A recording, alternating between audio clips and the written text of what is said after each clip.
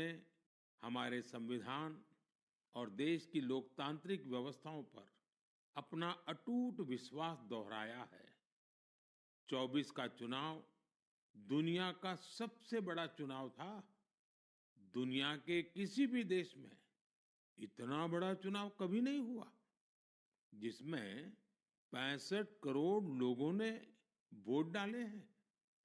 मैं चुनाव आयोग और मतदान की प्रक्रिया से जुड़े हर व्यक्ति को इसके लिए बधाई देता हूं।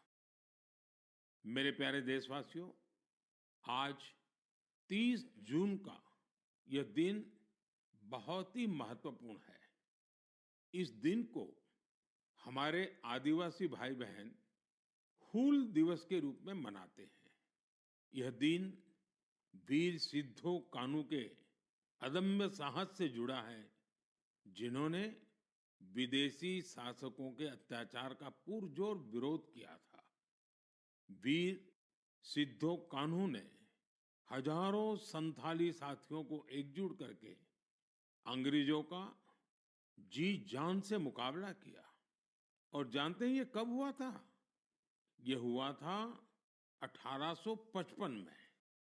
यानी ये 1857 में भारत के प्रथम स्वतंत्रता संग्राम से भी 2 साल पहले हुआ था। तब झारखंड के संथाल परगना में हमारे आदिवासी भाई बहनों ने विदेशी शासकों के खिलाफ हथियार उठा लिया था। हमारे संथाली भाई बहनों पर अंग्रेजों ने बहुत सारे अत्याचार किए थे। उन पर कई तरह के प्रतिबंध भी लगा दिए थे। इस संघर्ष में अद्भुत वीरता दिखाते हुए वीर सिद्धो और कान्हू शहीद हो गए। झारखंड की भूमि के इन अमर सपूतों का बलिदान आज भी देशवासियों को प्रेरित करता है। आइए सुनते हैं संथाली भाषा में इन्हें समर्पित एक गीत का अंश।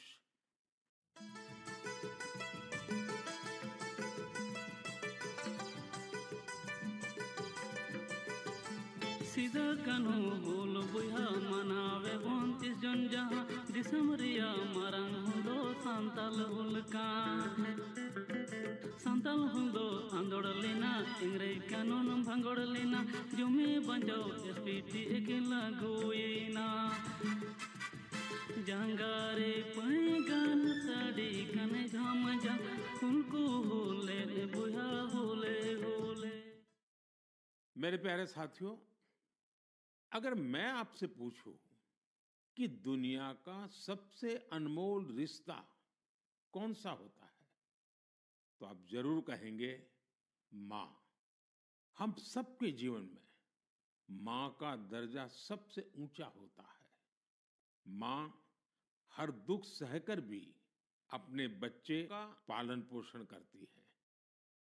हर मां अपने बच्चे पर हर स्नेह लुटाती है। जन्मदात्री मां का ये प्यार हम सब पर एक कर्ज की तरह होता है, जिसे कोई चुका नहीं सकता। मैं सोच रहा था, हम मां को कुछ दे तो सकते नहीं, लेकिन और कुछ कर सकते हैं क्या? इसी सोच में से इस वर्ष विश्व पर्यावरण दिवस पर एक विशेष अभियान शुरू किया गया है। इस अभियान का नाम है एक पेड़ मां के नाम। मैंने भी एक पेड़ अपनी मां के नाम लगाया है। मैंने सभी देशवासियों से, दुनिया के सभी देशों के लोगों से ये अपील की है कि अपनी मां के साथ मिलकर या उनके नाम पर एक पेड़ जरूर लगाएं। और मुझे ये देखकर बहुत खुशी है कि मां की स्मृति में या उनके सम्मान में पेड़ लगाने का अभियान तेजी से आगे बढ़ रहा है। लोग अपनी मां के साथ या फिर उनकी फोटो के साथ पेड़ लगाने की तस्वीरों को सोशल मीडिया पर साझा कर रहे हैं। हर कोई अपनी मां के लिए पेड़ लगा रहा है।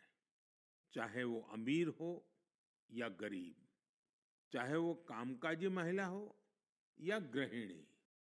इस अभियान ने सबको मां के प्रति अपना स्नेह जताने का समान अवसर दिया है।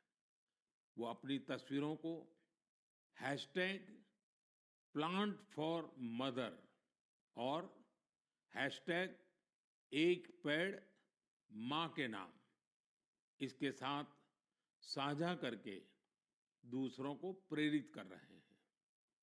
साथियों, इस अभियान का एक और लाभ होगा। धरती भी मां के समान हमारा ख्याल रखती है। धरती मां ही हम सबके जीवन का आधार है। इसलिए हमारा भी कर्तव्य है कि हम धरती मां का भी ख्याल रखें।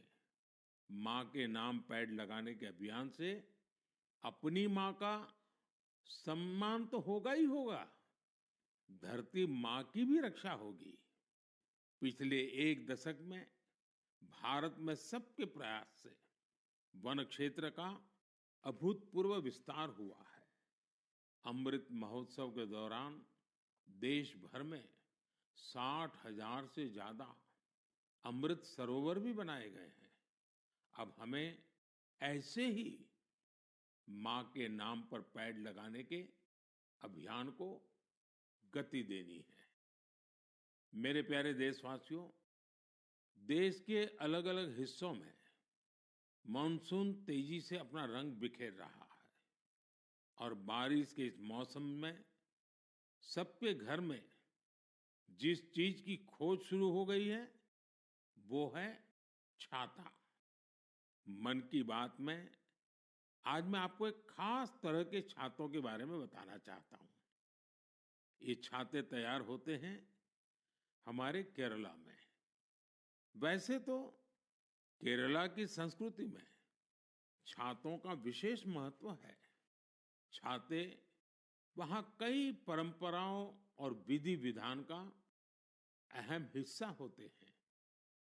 लेकिन मैं जिस छाते की बात कर रहा हूं वो है कार्थुम्बी छाते और इन्हें तैयार किया जाता है केरला के अट्टापडी में। ये रंग बिरंगे छाते बहुत शानदार होते हैं और खासियत ये कि इन छातों को केरला की हमारी आदिवासी बहनें तैयार करती हैं। आज देश भर में इन छातों की मांग बढ़ रही है। इनकी ऑनलाइन बिक्री भी हो रही है। इन छातों को वट्टालक्की सहकारी कृषि सोसाइटी की देखरेख में बनाया जाता है। इस सोसाइटी का नेतृत्व हमारी नारी शक्ति के पास है। महिलाओं के नेतृत्व में अट्टापडी के आदिवासी समुदाय ने एंटरप्रेन्योरशिप की अद्भुत मिसाल पेश की है। इस सोसाइटी ने एक बैम्बू हैंडीक्राफ्ट यूनिट की भी स्थापना की है। अब ये लोग एक रिटेल आउटलेट और एक पारंपरिक कैफे खोलने की भी तैयारी में है। इनका मकसद सिर्फ अपने छाते और अन्य उत्पाद बेचना ही नहीं, बल्कि ये अपनी परंपरा, अपनी संस्कृति से भी दुनिया को परिचित करा रहे हैं। आज कार्थुम्बी छाते केरला के एक छोटे से गांव से लेकर मल्टीनेशनल कंपनियों तक का सफर पूरा कर रहे हैं। लोकल के लिए वोकल होने का इससे बेहतरीन उदाहरण और क्या होगा। मेरे प्यारे देशवासियों, अगले महीने इस समय तक पेरिस ओलंपिक शुरू हो चुके होंगे। मुझे विश्वास है कि आप सब भी ओलंपिक खेलों में भारतीय खिलाड़ियों का उत्साह बढ़ाने का इंतजार कर रहे होंगे। मैं भारतीय दल को ओलंपिक खेलों की बहुत बहुत शुभकामनाएं देता हूं। हम सबके मन में टोक्यो ओलंपिक की यादें अब भी ताजा हैं। टोक्यो में हमारे खिलाड़ियों के प्रदर्शन ने हर भारतीय का दिल जीत लिया था। टोक्यो ओलंपिक के बाद से ही हमारे एथलीट्स पेरिस ओलंपिक की तैयारियों में जी जान से जुटे हुए थे।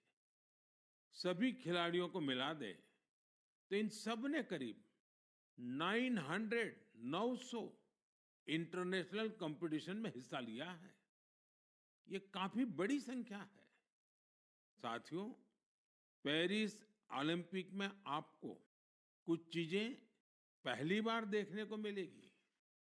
शूटिंग में हमारे खिलाड़ियों की प्रतिभा निखर कर सामने आ रही है। टेबल टेनिस में मेन और विमेन दोनों टीमें क्वालिफाई कर चुकी हैं। भारतीय शॉटगन टीम में हमारी शूटर बेटियां भी शामिल है। इस बार कुश्ती और घुड़सवारी में हमारे दल के खिलाड़ी उन कैटेगरीज में भी compete करेंगे जिनमें पहले वे कभी शामिल नहीं रहे। इससे आप ये अनुमान लगा सकते हैं कि इस बार हमें खेलों में अलग लेवल का रोमांच नजर आएगा। आपको ध्यान होगा, कुछ महीने पहले वर्ल्ड पारा एथलेटिक्स चैंपियनशिप में हमारी बेस्ट परफॉर्मेंस रही है। वहीं चेस और बैडमिंटन में भी हमारे खिलाड़ियों ने परचम लहराया है। अब पूरा देश ये उम्मीद कर रहा है कि हमारे खिलाड़ी ओलंपिक्स में भी बेहतरीन प्रदर्शन करेंगे। इन खेलों में मेडल्स भी जीतेंगे और देशवासियों का दिल भी जीतेंगे। आने वाले दिनों में मुझे भारतीय दल से मुलाकात का अवसर भी मिलने वाला है। मैं आपकी तरफ से उनका उत्साहवर्धन करूंगा। और हाँ, इस बार हमारा हैशटैग चीयर फॉर भारत है। इस हैशटैग के जरिए हमें अपने खिलाड़ियों को चीयर करना है, उनका उत्साह बढ़ाते रहना है। तो मोमेंटम को बनाए रखिए। आपका ये मोमेंटम भारत का मैजिक दुनिया को दिखाने में मदद करेगा। मेरे प्यारे देशवासियों, मैं आप सभी के लिए एक छोटी सी ऑडियो क्लिप प्ले कर रहा हूं। रेडियो क्वेट एफएम 93.3 से हिंदी शो नमस्ते कुवैत।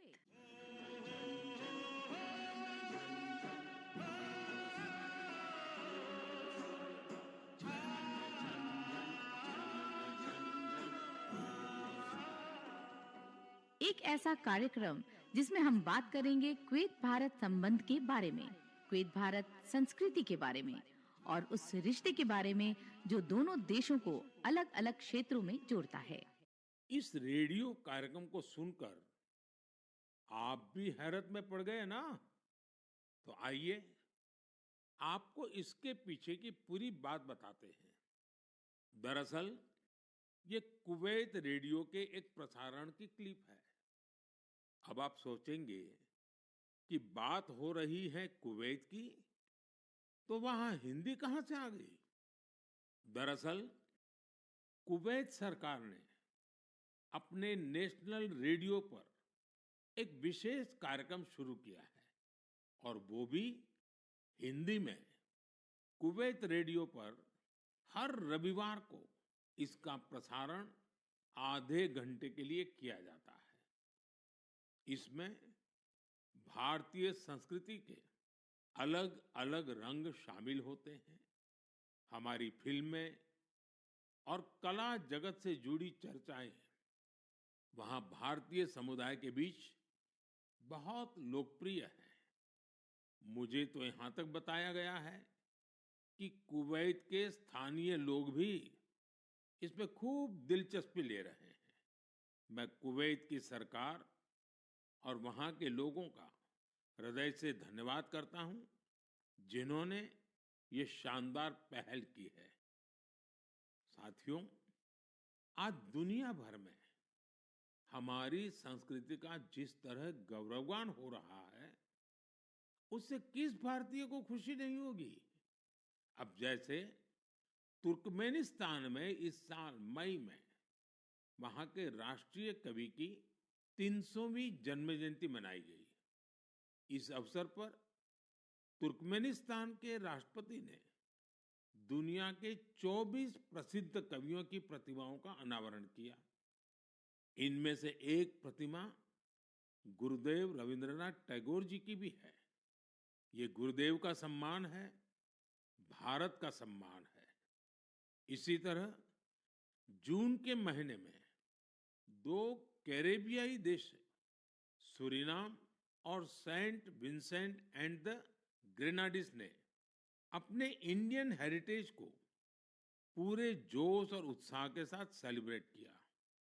सूरीनाम में हिंदुस्तानी समुदाय हर साल 5 जून को इंडियन अराइवल डे और प्रवासी दिन के रूप में मनाता है। यहाँ तो हिंदी के साथ ही भोजपुरी भी खूब बोली जाती है। सेंट विंसेंट एंड द ग्रेनाडीज में रहने वाले हमारे भारतीय मूल के भाई बहनों की संख्या भी करीब 6000 है। उन सबको अपनी विरासत पर बहुत गर्व है। 1 जून को इन सब ने इंडियन अराइवल डे को जिस धूमधाम से मनाया, उससे उनकी ये भावना साफ झलकती है। दुनिया भर में भारतीय विरासत और संस्कृति का जब ऐसा विस्तार दिखता है, तो हर भारतीय को गर्व होता है। साथियों, इस महीने पूरी दुनिया ने 10वें योग दिवस को भरपूर उत्साह और उमंग के साथ मनाया है। मैं भी जम्मू कश्मीर के श्रीनगर में आयोजित योग कार्यक्रम में शामिल हुआ था। कश्मीर में युवाओं के साथ साथ बहनों बेटियों ने भी योग दिवस में बढ़ चढ़ करके हिस्सा लिया। जैसे जैसे योग दिवस का आयोजन आगे बढ़ रहा है, नए नए रिकॉर्ड्स बन रहे हैं।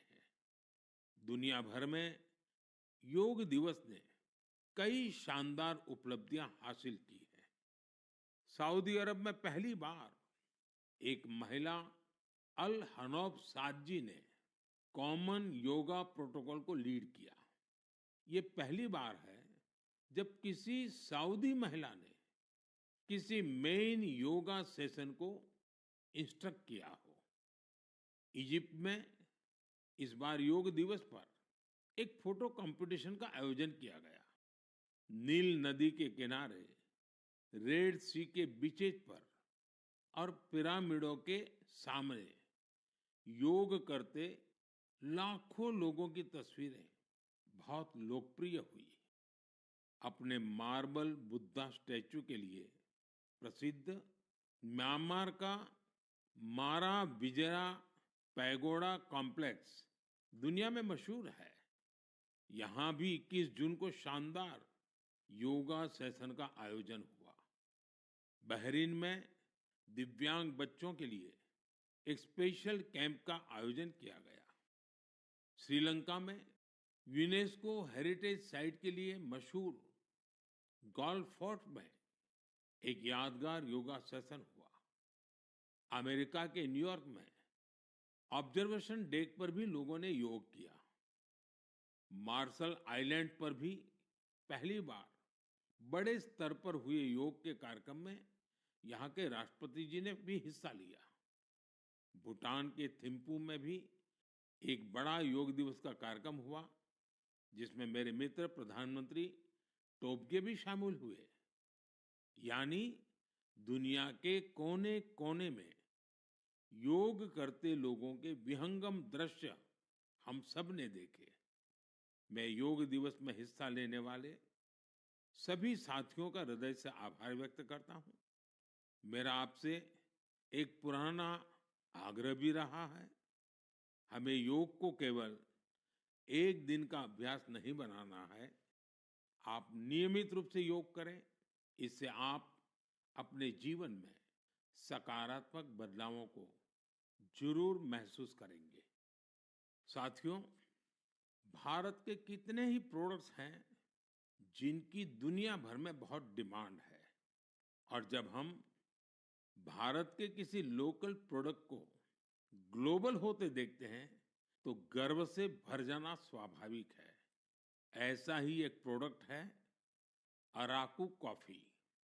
अराकू कॉफी आंध्र प्रदेश के अल्लूरी सीताराम राजू जिले में बड़ी मात्रा में पैदा होती है। ये अपने रिच फ्लेवर और अरोमा के लिए जानी जाती है। अराकू कॉफी की खेती से करीब 1.5 लाख आदिवासी परिवार जुड़े हुए हैं। अराकू कॉफी को नई ऊंचाई देने में गिरिजन कोऑपरेटिव की बहुत बड़ी भूमिका रही है।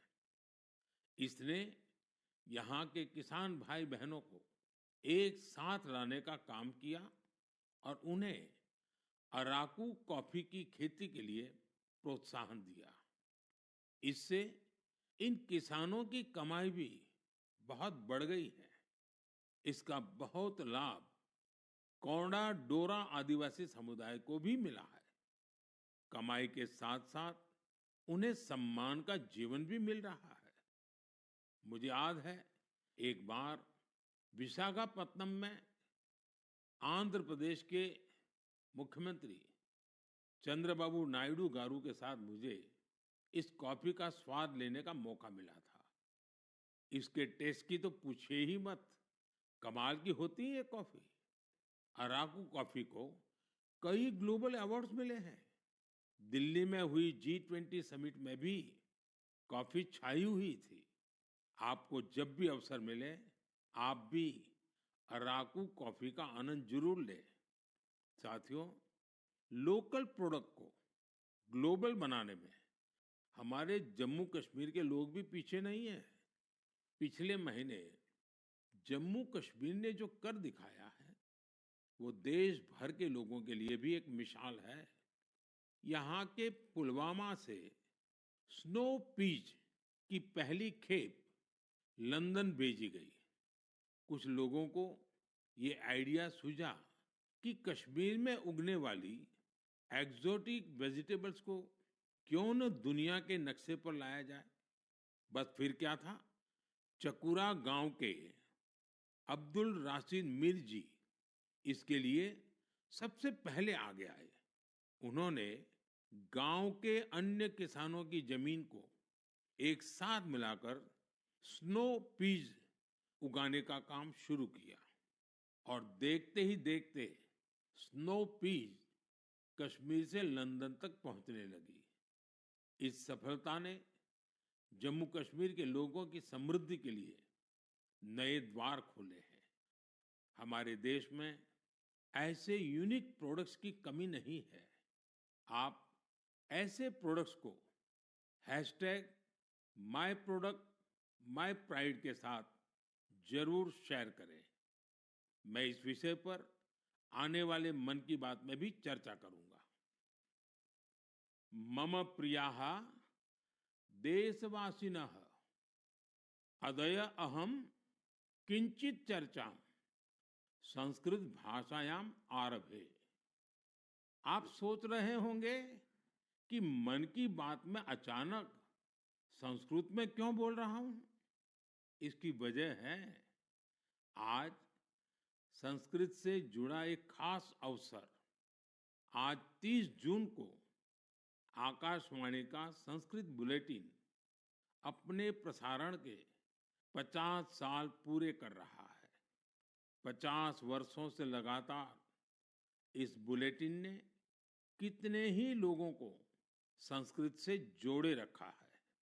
मैं ऑल इंडिया रेडियो परिवार को बधाई देता हूं।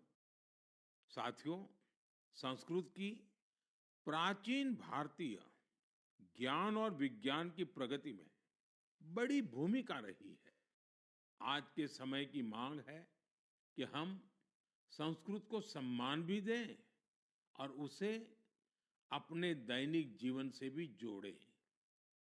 आजकल ऐसा ही एक प्रयास बेंगलुरु में कई और लोग कर रहे हैं। बेंगलुरु में एक पार्क है, कब्बन पार्क। इस पार्क में यहाँ के लोगों ने एक नई परंपरा शुरू की है। यहाँ हफ्ते में एक दिन हर रविवार बच्चे, युवा और बुजुर्ग आपस में संस्कृत में बात करते हैं। इतना ही नहीं, यहाँ वाद विवाद के कई सेशन भी संस्कृत में ही आयोजित किए जाते हैं। इनकी इस पहल का नाम है संस्कृत वीकेंड। इसकी शुरुआत एक वेबसाइट के जरिए समष्टि गुब्बी जी ने की है। कुछ दिनों पहले ही शुरू हुआ ये प्रयास बेंगलुरु वासियों के बीच देखते ही देखते काफी लोकप्रिय हो गया है। अगर हम सब इस तरह के प्रयास से जुड़े तो हमें विश्व की इतनी प्राचीन और वैज्ञानिक भाषा से बहुत कुछ सीखने को मिलेगा। मेरे प्यारे देशवासियों, मन की बात के इस एपिसोड में आपसे जुड़ना बहुत अच्छा रहा। अब ये सिलसिला फिर पहले की तरह चलता रहेगा। अब से एक सप्ताह बाद पवित्र रथ यात्रा की शुरुआत होने जा रही है। मेरी कामना है कि महाप्रभु जगन्नाथ की कृपा सभी देशवासियों पर सदैव बनी रहे। अमरनाथ यात्रा भी शुरू हो चुकी है और अगले कुछ दिनों में पंढरपुर वारी भी शुरू होने वाली है। मैं इन यात्राओं में शामिल होने वाले सभी श्रद्धालुओं को शुभकामनाएं देता हूं। आगे कच्छी नववर्ष, आषाढ़ी बीज का त्योहार भी है। इन सभी पर्व त्योहारों के लिए भी आप सभी को ढेर सारी शुभकामनाएं। मुझे विश्वास है कि पॉजिटिविटी से जुड़े जन भागीदारी के ऐसे प्रयासों को आप मेरे साथ अवश्य शेयर करते रहें। मैं अगले महीने आपके साथ फिर से जुड़ने की प्रतीक्षा कर रहा हूं। तब तक आप अपना भी, अपने परिवार का ध्यान रखिए। बहुत बहुत धन्यवाद। नमस्कार।